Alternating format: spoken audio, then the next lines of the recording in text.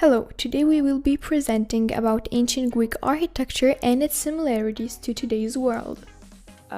So today we will be talking about what is ancient Greece, about what is the architecture, about ancient Greece architecture, and about temples, houses, and other buildings, architecture plans, and similarities in the modern world.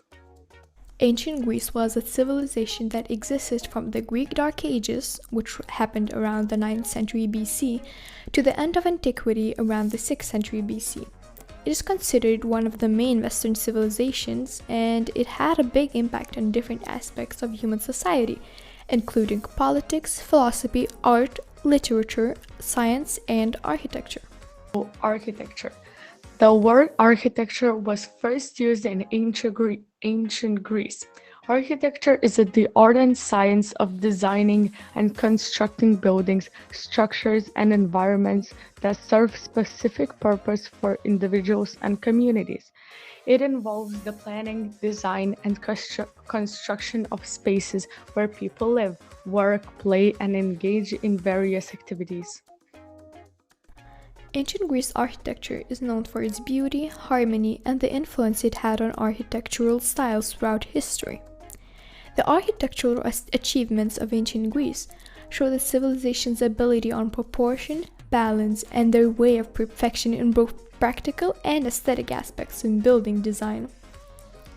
Architecture is divided into two great families, the Trabetid and the Arcuated beamed and arch.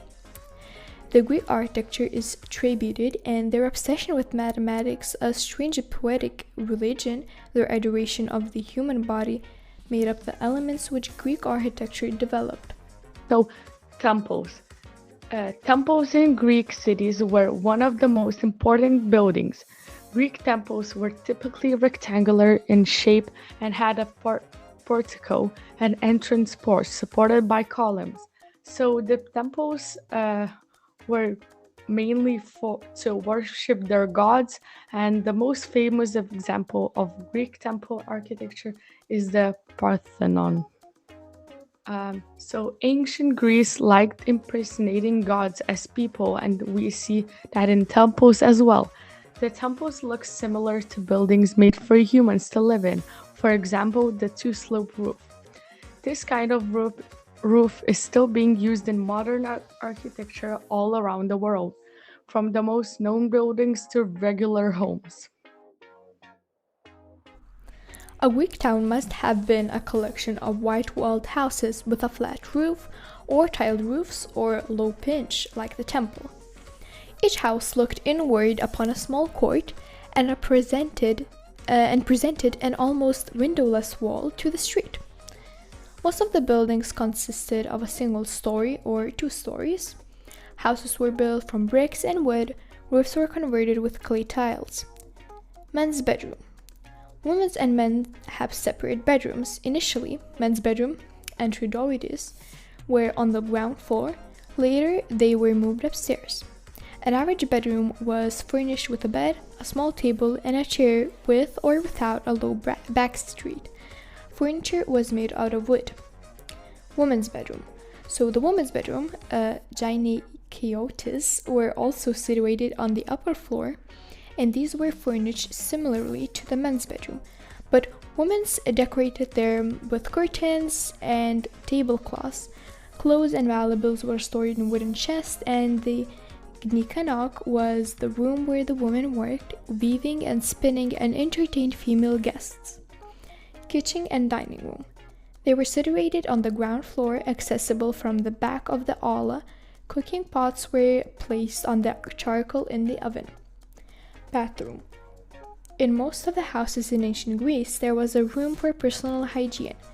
Its furniture was very simple. It contained only a bathtub and a bowl made of clay. Aula. According to the most typical floor plan, the entry leads from the gate to the aula. A large central courtyard was the central of family life. Ta skaidrė So, other buildings. Besides temples, the Greek built numerous other types of public buildings and structures. They built large theaters that could hold over 10,000 people. The theaters were usually built into the side of a hill and were designed with acoustic that allowed even the back row to hear the actors. Other public buildings included gymnasium, courthouse, council building, and sports stadium. A consistent, complete tectonic order and the order system was established in Greece. Greek civilization and ancient Greek art played the main role in the formation of the order system. The columns were vertical, cylinder-shaped, usually had a decor or carving on it. There are three main orders of ancient Greek architecture: the Doric, Ionic, and the Corinthian orders. Each order has a distinctive feature and was used for different purposes. The Doric order was characterized by its simplicity and strength. It was often employed in the mainland Greece and the Western colonies. The Ionic order, known for its elegance and decorative elements, was popular in the eastern parts of Greece and the Aegean Islands.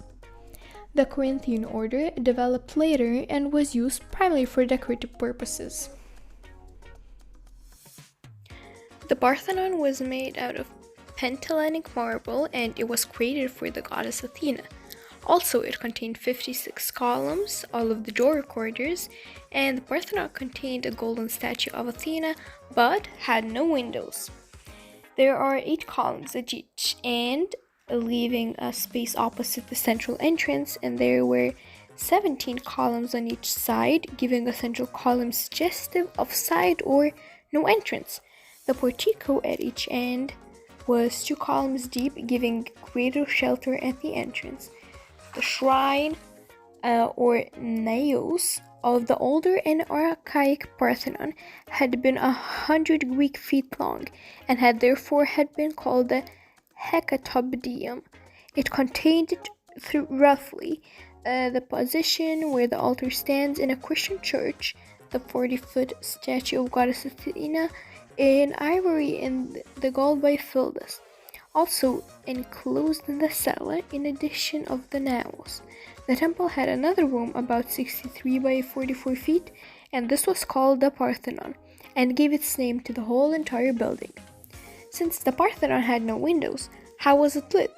So this has always been a controversial matter, and there are a few theories for this. First theory is that there was a rectangular hole in the roof, but this seems unlikely.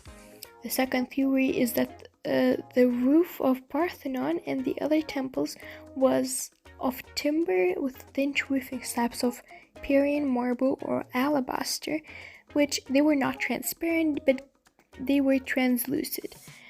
And the third theory is that the great eastern doors were left open and the Greek sunshine gave all the light needed, the horizon beams of the rising sun shining directly upon the golden statue. Similarities in the modern world. Greek architecture style has a huge influence in modern architecture and design. Many contemporary buildings incorporate elements of ancient Greece architecture, such as columns, pediments, and friezes. The simplicity and harmony of Greek architectural principles still inspire architects and designers today.